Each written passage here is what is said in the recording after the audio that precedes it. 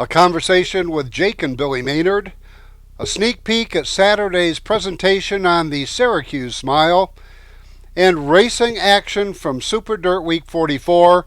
All that straight ahead on this edition of The Race Report.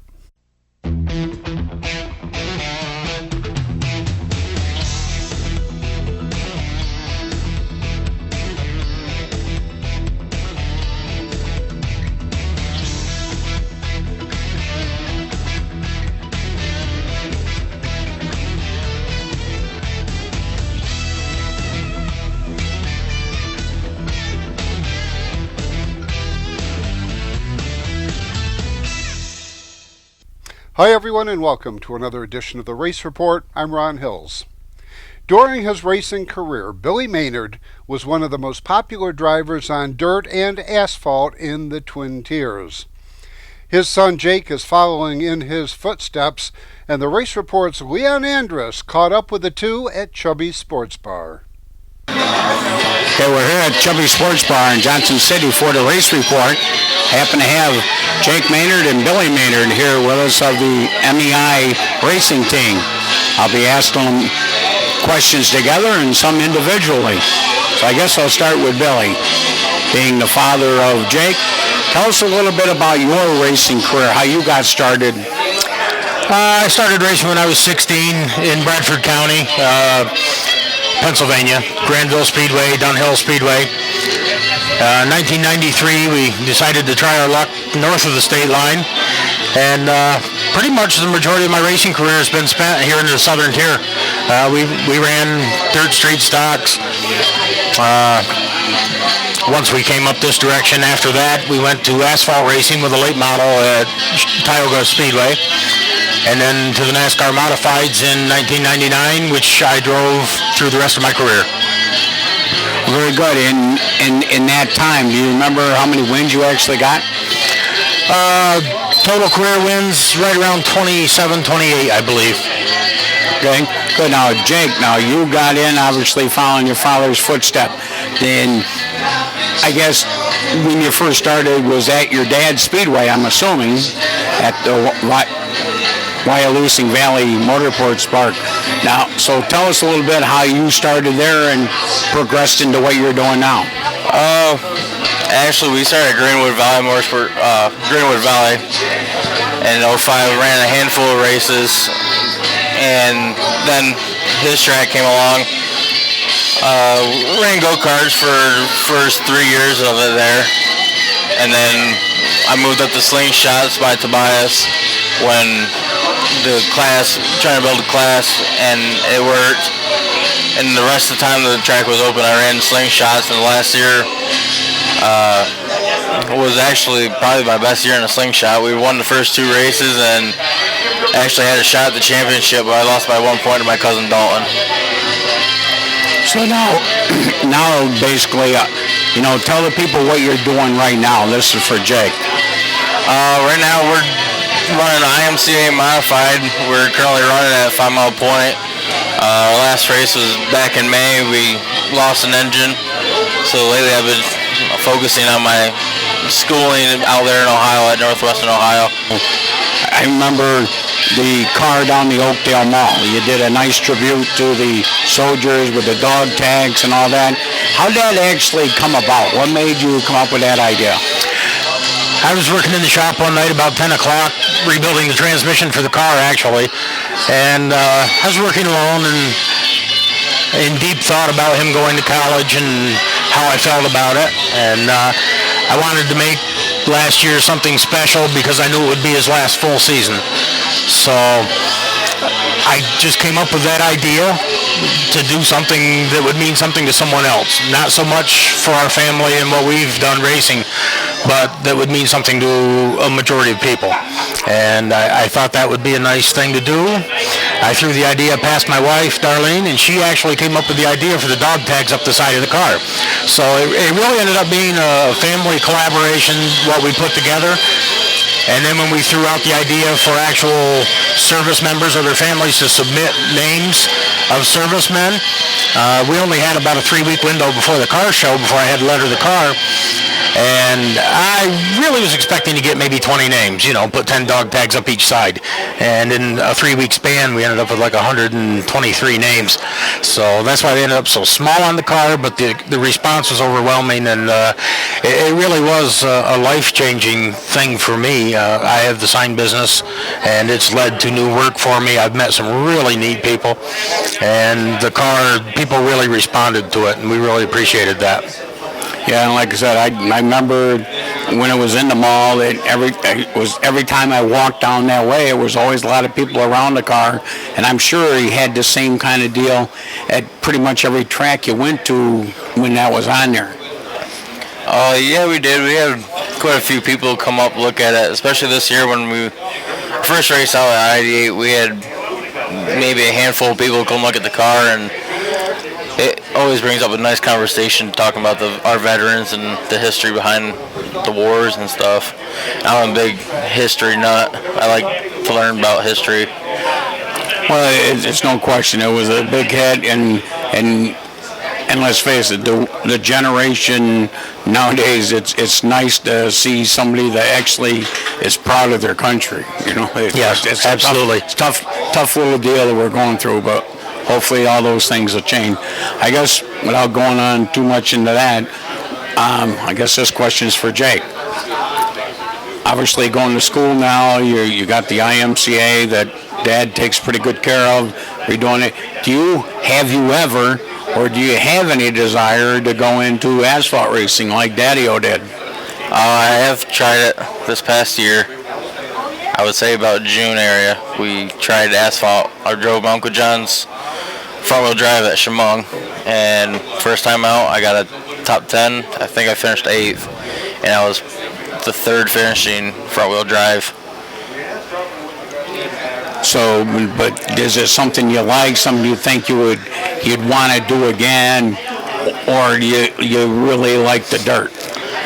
I personally like the dirt. Asphalt around here, yes, it's dying, but I grew up around asphalt. I've always wanted to try asphalt. I would actually go back and do it again. I actually asked Uncle John if he needed a driver at all, if he's going to go back to Chemung, and I got my NASCAR license, and I'm ready to go back. Well, there you go. That's part of the battle.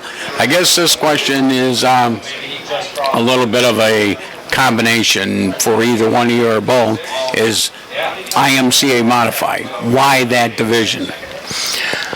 Mostly financial, and I really like the cars. I like their approach to the rules, the way they're written, the way they enforce them. It doesn't paint you into a corner. You can see so many different combinations within the class. Big cubic inches, small cubic inches, high RPM, low RPM, crate motors, open motors. There are so many things that you can run. The tires are the equalizer. They're so hard, the big engines just can't put the power to the ground. So it makes it so you can race on a budget and be competitive. That is the biggest part that I like about it. I also like the fact that the rules are the same throughout the country. You go to any IMCA modified track, the rules are the same. There are so many opportunities to go to big races, such as the Super Nationals at Boone, Iowa.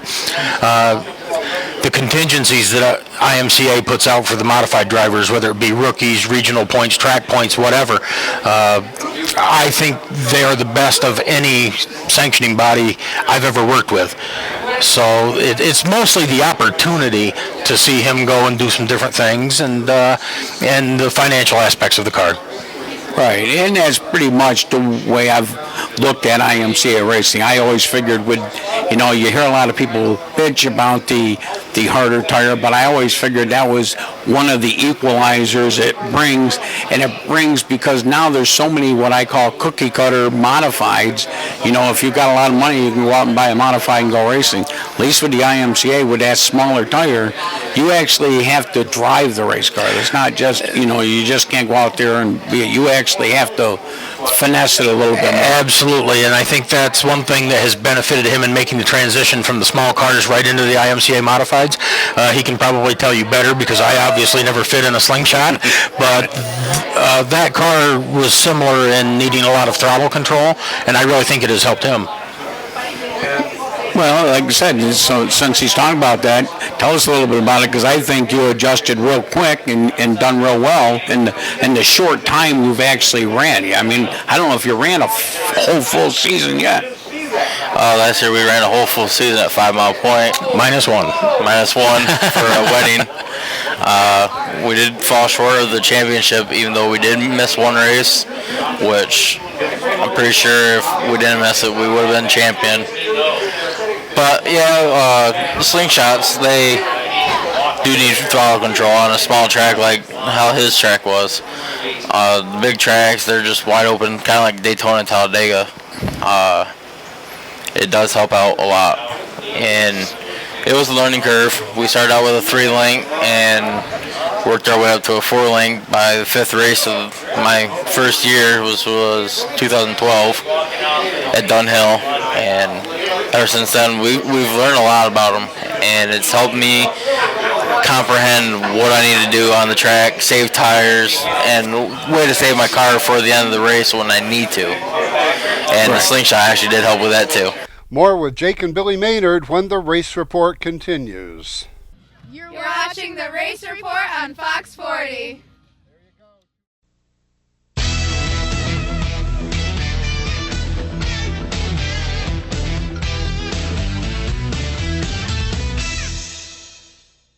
30 years of satisfied customers. That's the proud history of Brush and Pallet Auto in Candor. We have a large selection of cars, trucks, and SUVs. Here is this week's Car of the Week. We'll give you a $1,000 minimum trade-in, and we have financing options to fit your needs, including a first-time buyer's program. Think you can't afford it? We think you can. Check us out at brush-pallet.com or visit us in person at 598 Owego Road in Candor, New York. Unicorn Electronics in the Valley Plaza, Johnson City has the best pricing and selection of audio, video, and computer cables in the area. Don't spend a fortune on that HDMI cable for your new HD TV or Blu-ray player. Unicorn Electronics has quality cables in the lengths you need at a price you can afford. Expanding your network, Unicorn has the patch cables and accessories to make it happen.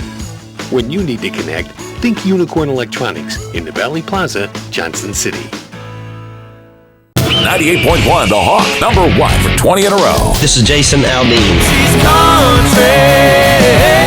Hot new country. This is Luke Brown. And kiss tomorrow goodbye. This is Charles, Dave, and Hillary. and we are Lady Annabella. And I don't know why you don't take me downtown anymore. Binghamton's Hot New Country. This is Carrie Underwood. Every tear-soaked whiskey memory blown away.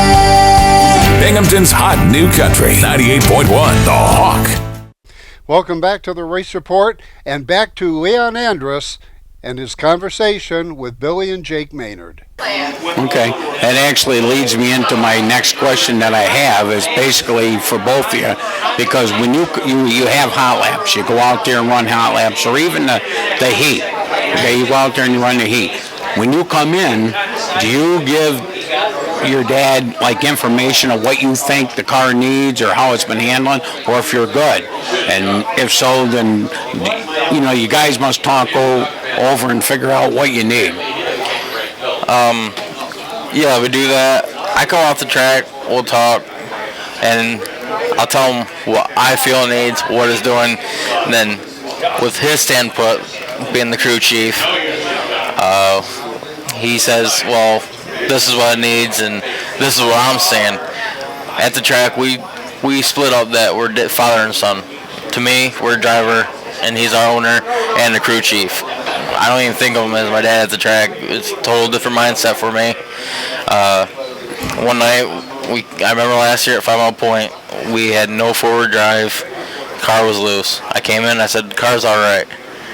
And he said, you look like you had no forward drive, and you're just loose. And I sat there and thought about it. I'm like, yeah, right here we are.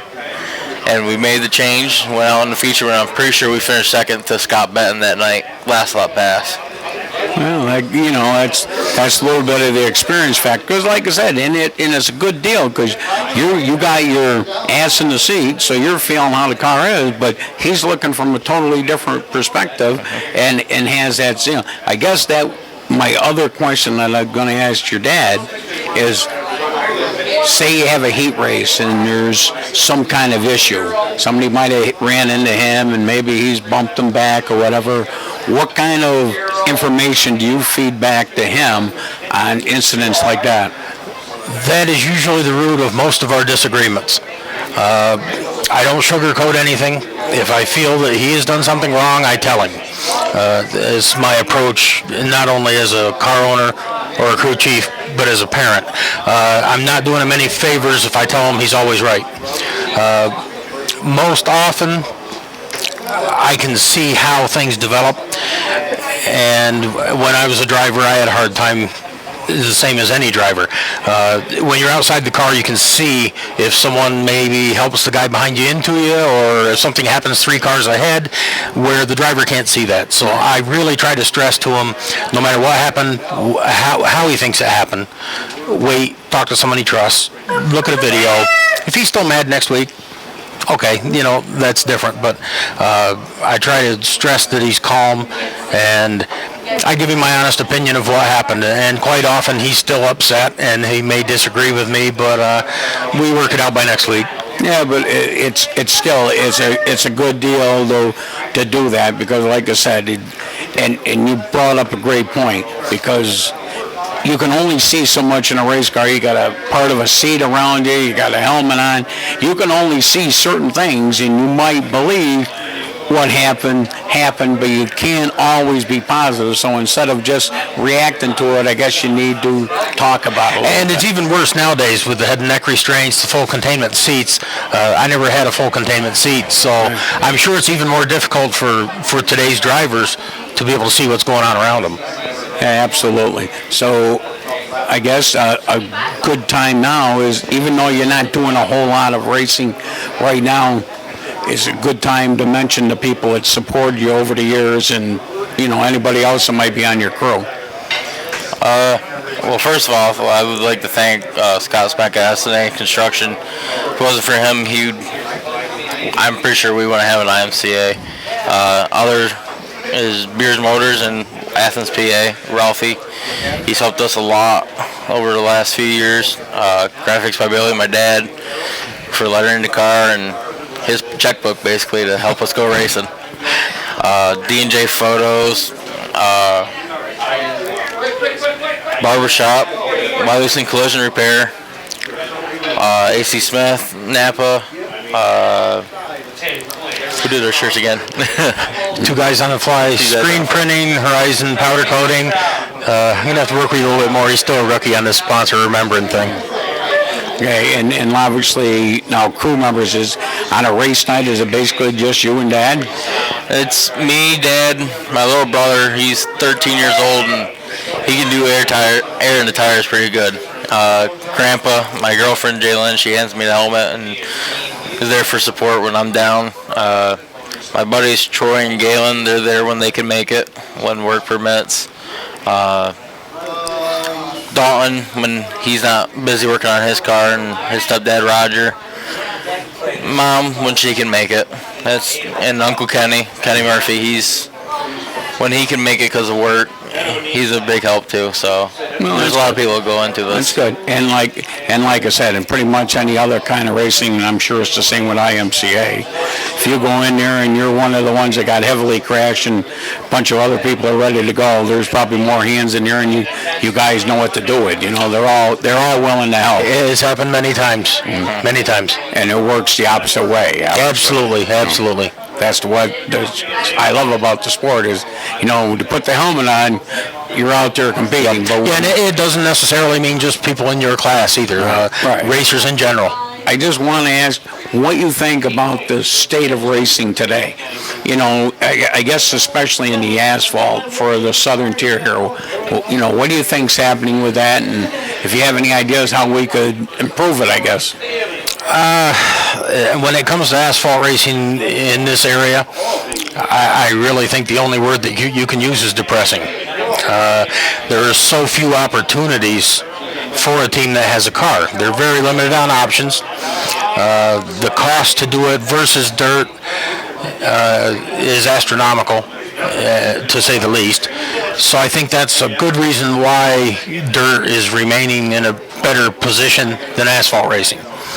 To make it better, more options, more reasonable rules in terms of controlling costs. And I really think that's the only way to bring it back. Racing in general, I think the best thing you can do is take NASCAR television coverage off and don't let racers watch it. They see those guys go out there and put the bumpers to each other and tear cars up, just basically trying to make a point. They have checkbooks where they can afford to do that. Local racers don't. Victory Lane Donuts. How many times you see those guys go out and just toast a brand new engine or an engine with one race on it? You go tearing your car up trying to do Victory Lane Donuts around here, you might be out for the rest of the year like we are. So, a lot of it is trickle down that people see it and they want to emulate what they see on TV. I think a little better restraint on the part of the racers to get more involved with the people sitting in the stands to make them want to come back. Give things out to the people in the stands. If you had a good run last week, go up, shake some hands. As much as I dislike politicians, I would have to say the racers need to be more of a politician. They need to sell themselves and what they're doing and get people in the stands. If you can get people in the stands, it takes the financial pressure off of the racetrack, and in turn, they can pass that along to the racers with lower gate prices and higher payouts. So I really think that we need to promote ourselves more and rely less on the promoters to promote us. Well, I'm overwhelmed. I'm glad I asked that question because that's a great answer, and I totally agree with the NASCAR. Every time I see the donut thing, it just drives me right up the drink. I said, man, if I don't care how much money the owners got, it's still got to go. You just to see them just ripping things apart, I'm speaking from experience on that. When I won my first modified race at Tioga, after trying for 5 years, I decided to try to do some Victory Lane Donuts, and if I remember right, we made $1,400, and it cost me $1,500 to fix the clutch and the valve springs I broke. Yeah, that would make you learn in a hurry. So, before we close this segment of the race report, is there anything either one of you would like to mention that we didn't get to? Talk about your race team or anything, that might be that we didn't cover. I think he would second this, and I think the best thing for us, and I think it's the same for most racers, is just the time spent with family. Like he said, his 13-year-old brother, myself, his girlfriend, and my 76-year-old father-in-law. Typically, it's the five of us going to the track, unless someone else can just happen to make it.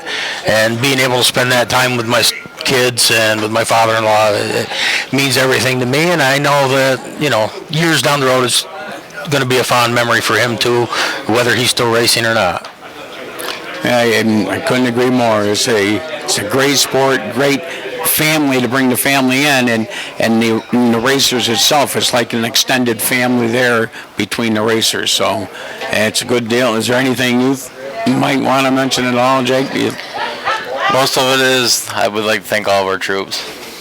That's about it. If it wasn't for them, this car idea wouldn't come along, and we actually probably would not be racing if you think about that. Absolutely. We thank you very much, and glad you were here at Chubby Sports Bar for the race report. Thank you. When the race report continues, a sneak peek at the presentation coming up this Saturday at the International Motor Racing Research Center in Watkins Glen on the history of the Syracuse Smile. You're watching the Race Report on Fox 40.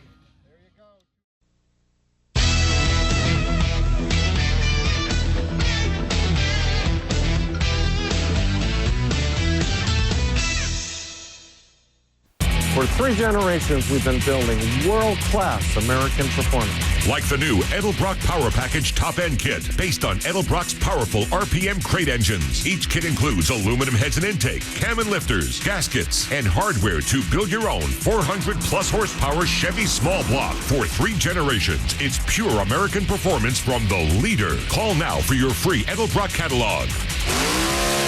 Edelbrock makes them right here in the USA. 98.1 The Hawk, Binghamton's hot new country. Number 1 for 20 in a row. I'm Blake Shelton. But it sure be cool if you did. Hi, this is Toby Keith. Soldier. Binghamton's hot new country. 98.1 The Hawk. 30 years of satisfied customers. That's the proud history of Brush and Pallet Auto in Candor. We have a large selection of cars, trucks, and SUVs. Here is this week's Car of the Week. We'll give you a $1,000 minimum trade-in, and we have financing options to fit your needs, including a first-time buyer's program. Think you can't afford it? We think you can. Check us out at brush-pallet.com or visit us in person at 598 Owego Road in Candor, New York. Welcome back to the Race Report. The Syracuse Mile, also known as the Moody Mile, is one of the most famous racetracks and one of the oldest in the United States. Sadly, its life has come to an end. But this Saturday, for one day, it'll be resurrected with a presentation by a number of the great people that have been part of that track throughout the years.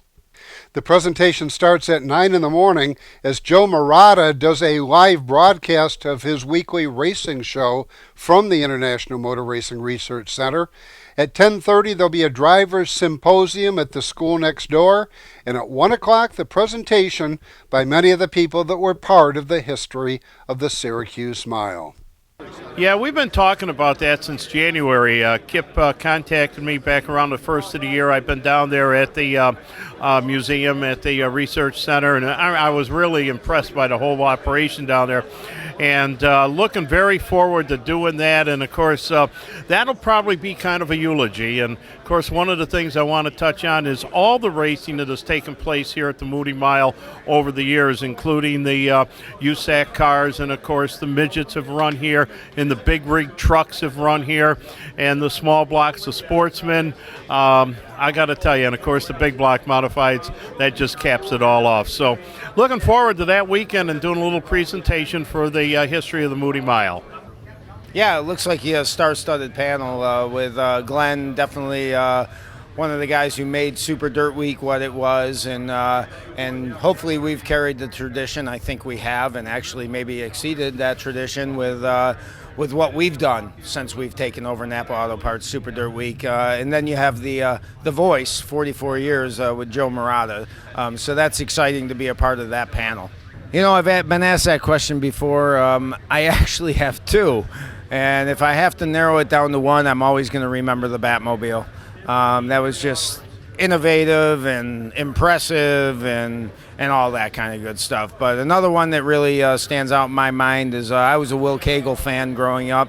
And when Will was retiring and getting out of the sport, he, Brett Hearn came in a Pepsi 20 in 1985 and won Super Dirt Week. And he was a young, cool guy. And I'm like, that's my new guy. And, so I always remember that year also. Looking forward to reimagining what the new Super Dirt Week is in its 45th year next year, and getting ready and prepare and make sure the fans get everything they want. There is about 3/4 of a mile to go.